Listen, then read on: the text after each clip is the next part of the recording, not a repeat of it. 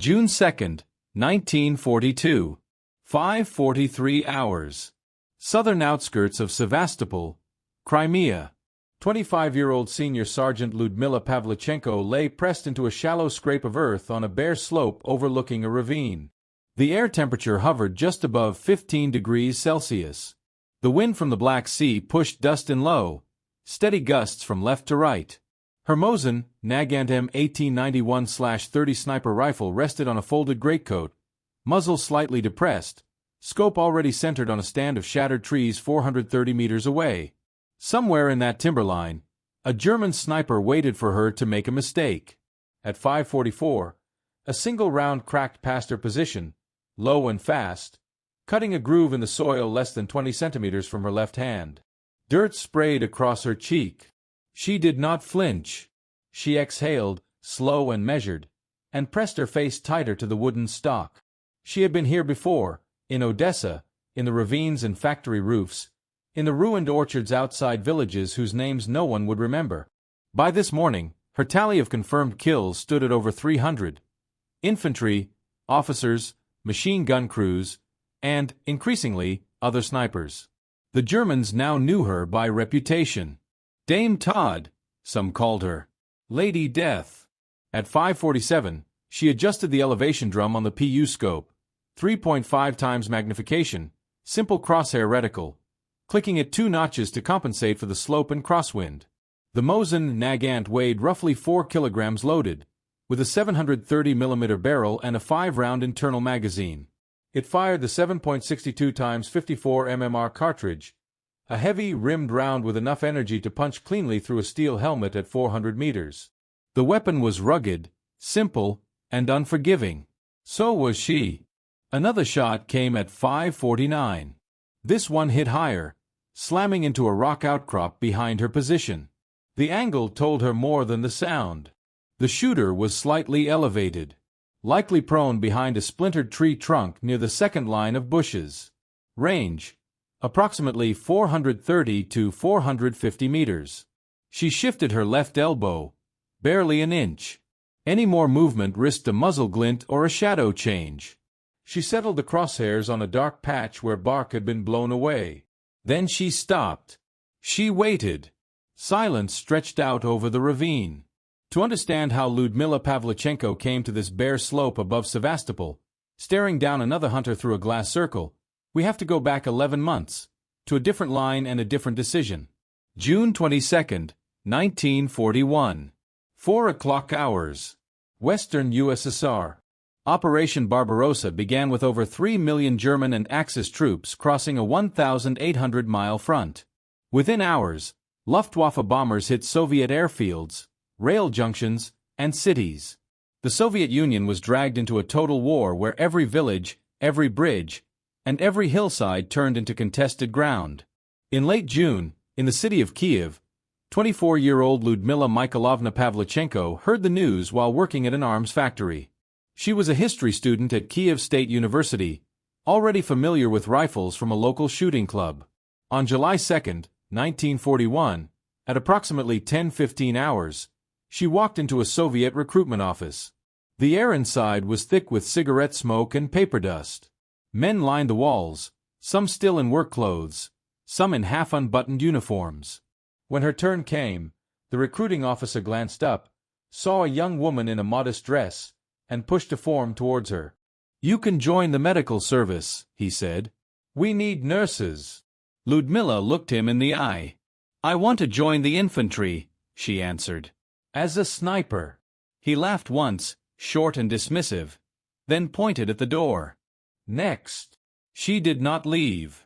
Instead, at 10:27, she pulled a folded booklet from her bag, proof of her membership in the shooting society and her competition scores.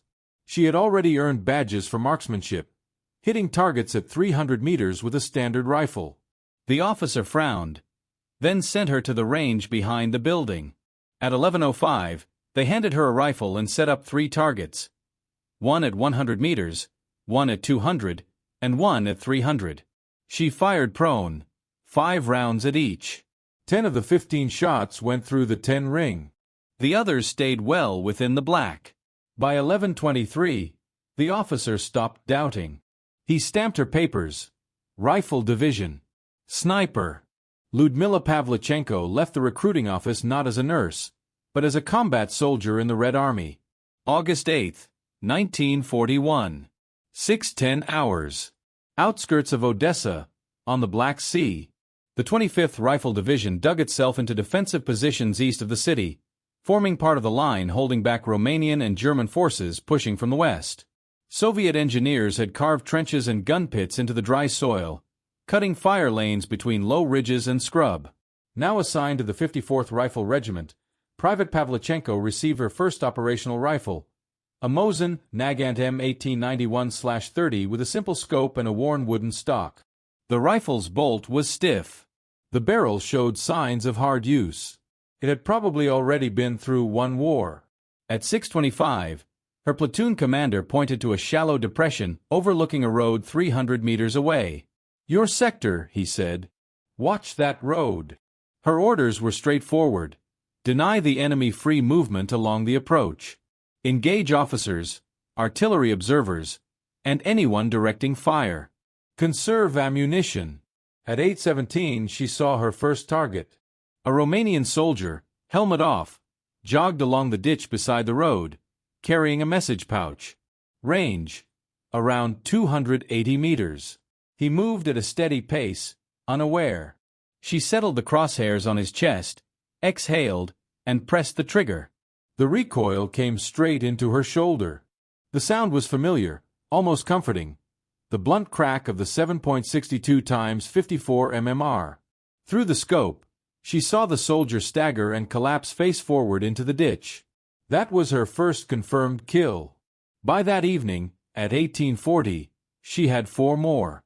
2 runners, 1 officer with binoculars, 1 machine gun assistant crawling to reposition his weapon. The division sniper log recorded her name alongside 5 marks. In Odessa, snipers like Pavlichenko became force multipliers for thin infantry lines. The front was fluid, ammunition limited, and artillery support unreliable. A well-hidden sniper team could halt an entire company simply by killing its leaders, forward observers, or heavy weapons crews. The tactics were simple, but harsh. Snipers dug foxholes, individual hides no larger than a coffin, measuring about 1.8 meters long, 60 centimeters wide, and 50 centimeters deep. They lined them with planks, used grass or chunks of sod as camouflage, and stayed inside for 10 to 12 hours at a stretch. Movement was minimal. Water was rationed. Relief came only after dark. At 9:17 on August 15th, Pavlichenko crawled into such a hide 400 meters from a suspected enemy mortar position. Her job was not to shoot the mortar itself, but to eliminate the crews who adjusted fire and brought up ammunition. By 13:45 that day, she had taken down 6 men, 2 officers and 4 enlisted, each shot spaced out to avoid revealing a pattern. Her spotter recorded wind direction and estimated ranges. She watched for stripes on sleeves and different helmet styles to identify NCOs and officers. Her tally grew. By late August, after less than a month in combat, she had approximately 100 confirmed kills. The number was not a legend yet. It was a quiet entry in a ledger, initialed by officers who did not have time for ceremony. But the war kept expanding. By October 1, 1941, the Axis advance threatened to encircle Odessa. Higher command ordered a withdrawal. Soviet forces evacuated by sea to Sevastopol, turning that port city into the next fortress on the Black Sea. Pavlichenko and others in her division boarded transport ships under cover of darkness. At 23:30 on October 2nd, she stood on a crowded deck, rifle slung over her shoulder, watching the dim coastline of Odessa fade behind them. The move was tactical, not symbolic. Sevastopol had deep harbors, coastal artillery, and underground storage. If it held, it could tie down enemy forces for months. If it fell, the Black Sea might become an Axis lake. On October 8, 1941, at 6:50, her unit disembarked at Sevastopol. The city smelled of oil, salt water, and explosives. Naval guns loomed on the cliffs. Trenches and shelters were already being carved into hillsides and ravines. Lyudmila's experience from Odessa made her a valuable asset. She was promoted to junior sergeant and assigned more complex tasks: counter-sniper operations, reconnaissance by fire, and coordination with artillery spotters. The fights here were different. The terrain was rockier, with more ravines and less open steppe. Engagement ranges varied wildly, from 50 meters in dense scrub to 600 meters across valleys. At 7:30 on November 12, she led a two-person sniper team to a forward observation post above the Belbek River Valley. Their mission: disrupt an enemy assault forming on the far slope. Using a rangefinder and reference points on a pre-drawn map, they estimated distances to key enemy staging areas. At 8:02, a German officer stepped into view near a cluster of anti-tank guns, roughly 520 meters away. This was beyond the average infantry rifleman's comfortable range. For a trained sniper using the Mosin Nagant with a PU scope, it was difficult but achievable. Elevation needed precise adjustment. Wind and mirage had to be read correctly. Pavlichenko dialed the scope turret, aimed slightly high, and waited for him to stop. When he raised his arm to gesture toward a vehicle, she fired. A second after the muzzle blast, the officer pitched backward. Chaos followed. Soldiers scrambled for cover. Between 8 o'clock and 10:30, she and her spotter neutralized 8 targets, enough to slow the preparatory work for the attack and buy time for Soviet artillery to respond. It was during this period that the legend of Lady Death began to take form. Reports moved up the chain of command: a female sniper with over 150 kills, then 180, then over 200. The numbers were always checked, confirmed by witnesses or corroborated by patrols sent to examine the ground at night.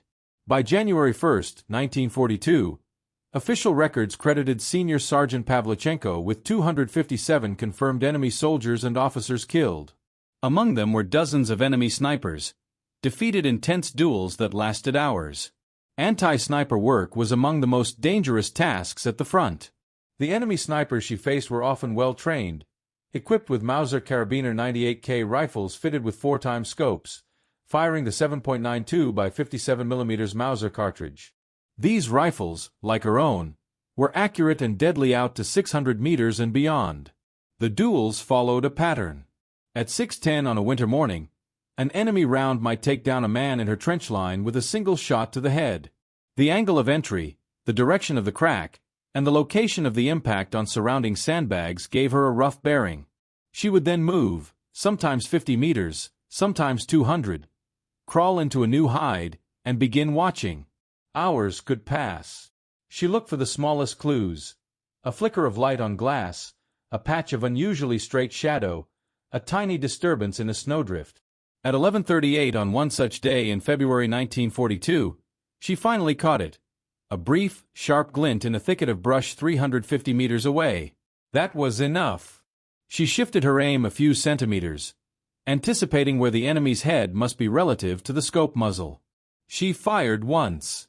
No return shot came. Later, an evening patrol reported finding a German sniper's corpse in that brush, rifle still clutched in numb fingers.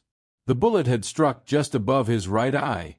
By March 1942, her tally had passed 280. Her comrades started calling her not Lyudmila but Luda, or simply our sniper. Enemy propaganda broadcasts referred to a dangerous female Soviet sniper haunting the Sevastopol sector. Inside, the work was taking its toll. On some days, she lay motionless for 15 hours, barely eating, barely drinking, her muscles cramping in the cold. Any shift in position could attract fire. She watched men she had guided across ravines fall to shells or mortars. Each shot she took carried calculation and weight. One cartridge, one decision, one life on the other side of the sights. Yet she did not step back. Her skill had become a weapon the Red Army could not easily replace. Which brings us back to the ravine slope above Sevastopol, June 2, 1942, 5:50 hours. The German sniper had already fired twice. He was patient and competent. He likely knew her reputation. By now, both shooters understood the stakes. Whoever exposed themselves first would probably die. At 5:51, Pavlichenko made a small, deliberate mistake. She nudged a rock with the heel of her hand, sending it tumbling a few centimeters down the slope. Dust shifted. The enemy took the bait. At 5 hours 51 minutes and 7 seconds, a shot cracked from the Trilene. The muzzle flash was tiny, but it existed, a brief orange spark 435 meters away, half a meter left of where she had aimed earlier. She already had the rifle shouldered. The moment the flash appeared, she moved the crosshairs that half-meter and fired. Her round reached the target in less than half a second. Through the scope, she saw a brief jerk, then stillness. No second shot followed. She exhaled slowly. Another duelist removed from the field. Another mark in the sniper log for Senior Sergeant Lyudmila Pavlichenko. The war did not pause. Artillery rumbled. Infantry moved. But for a few seconds, on that slope overlooking the ravine, there was only a young woman with a worn rifle, and one more enemy who would not fire again. By the end of that month, her official confirmed count would stand at 309. And soon, the Soviet command would decide that the woman nicknamed Lady Death was too valuable to risk in a frontline foxhole. By mid-June 1942, Sevastopol was burning. Daily artillery barrages shook the ground from 5 o'clock until well past midnight. Luftwaffe bombers flying at 3,000 to 5,000 meters pounded gun positions and supply depots. The city's defenses, forts, tunnels, coastal batteries, were still fighting, but the German 11th Army had brought in heavy siege guns and fresh infantry. Lyudmila Pavlichenko's tally of confirmed kills passed 309 sometime in the last days of the month. The exact minute was never recorded. What mattered to her commanders was that she had become a symbol, a young woman with a rifle who had taken more than 300 enemy soldiers and officers out of the fight. On June 6, 1942, at approximately 10:30 hours, she moved between positions near the front line, checking new sniper hides and advising younger shooters on angles and fields of fire. The enemy had learned to respect Soviet snipers. They now used smoke, short rushes, and suppressive fire whenever they suspected one was active. At 10:42, a mortar barrage began without warning.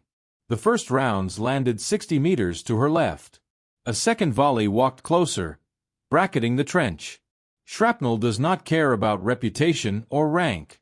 A fragment tore into her face, near the left side. The impact threw her backward. Sound collapsed into a dull roar.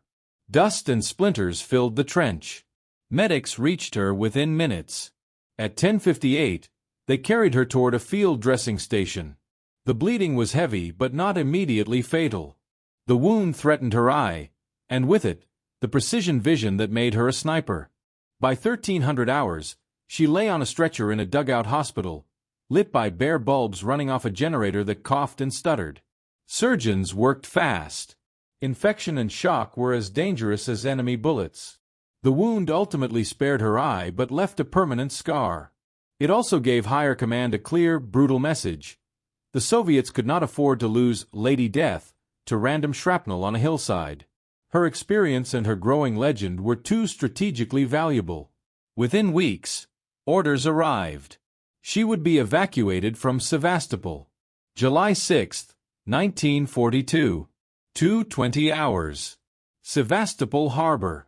Under cover of darkness, Pavlichenko boarded a small vessel leaving the besieged city.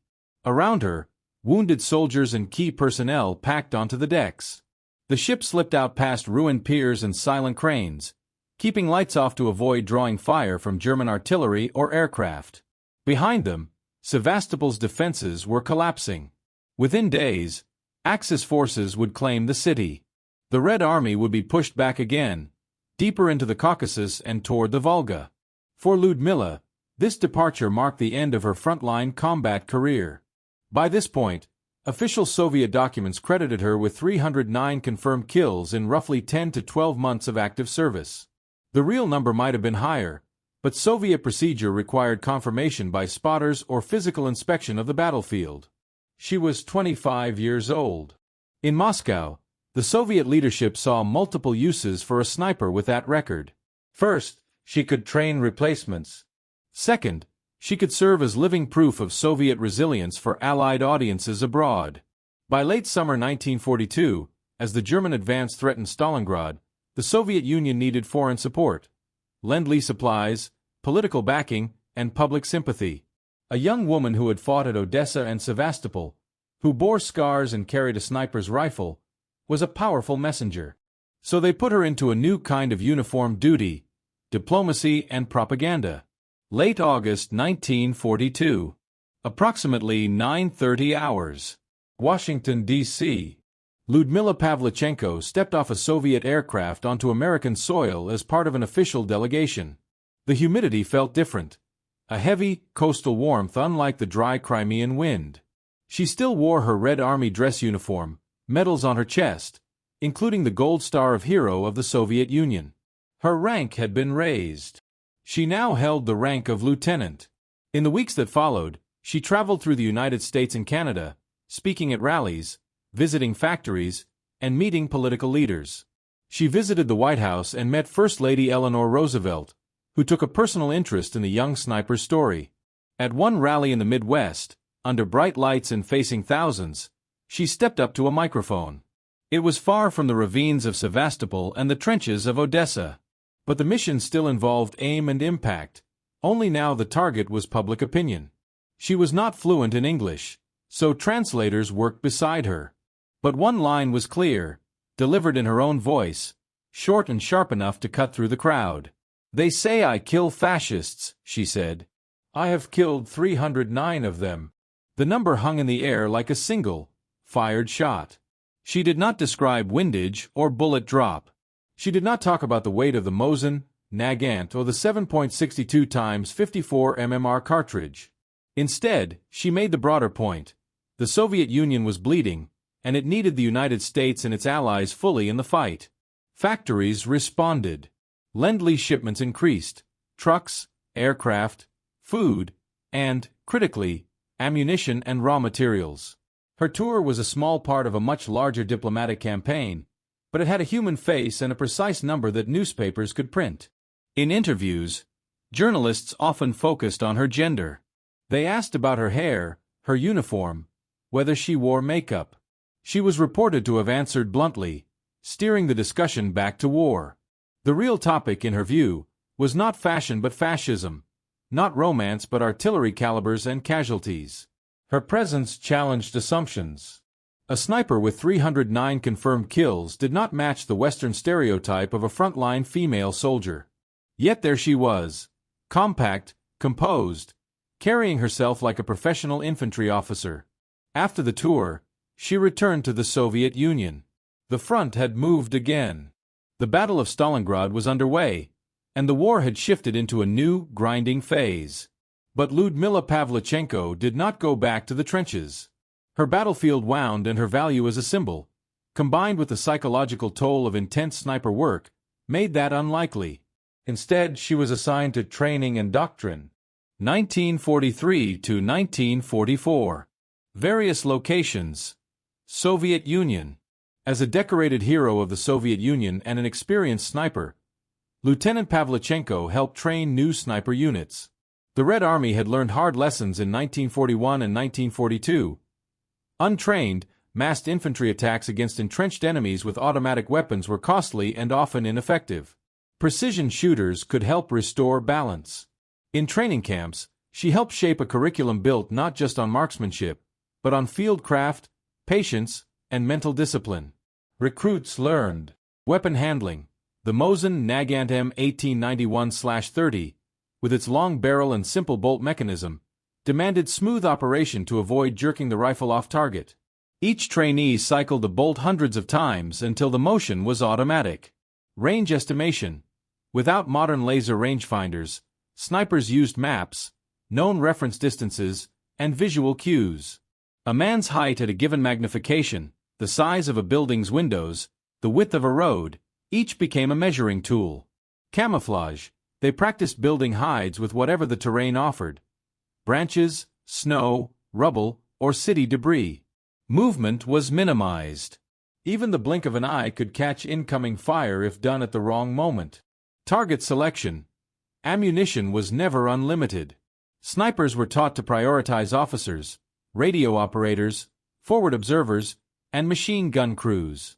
Every trigger pull had to serve a tactical goal: delay an attack, blind an artillery battery, or disrupt coordination. She also spoke about the mental cost: staying still for hours, watching friend and enemy alike die within meters, holding a man in the crosshairs and deciding if the current conditions justified using a round. Her trainees knew her record. Many had heard rumors: the duel with the German sniper in the ravine, the days in Odessa, the mortar wounds at Sevastopol. Some looked at her medals. Others looked at the scar on her face and understood that none of it was a legend to her. It was work she had done, under conditions they were about to face. Her presence in those schools gave the Red Army something more than techniques. It gave them an example of what one determined sniper could do to an enemy formation. The war ended in May 1945. The Red Army raised the Soviet flag over the Reichstag in Berlin. Millions were dead. Cities lay in ruins from the Baltic to the Black Sea. Lyudmila Pavlichenko survived. After the war, she did not become a full-time propagandist or politician. She returned to her academic interests. Before the war, she had been a history student.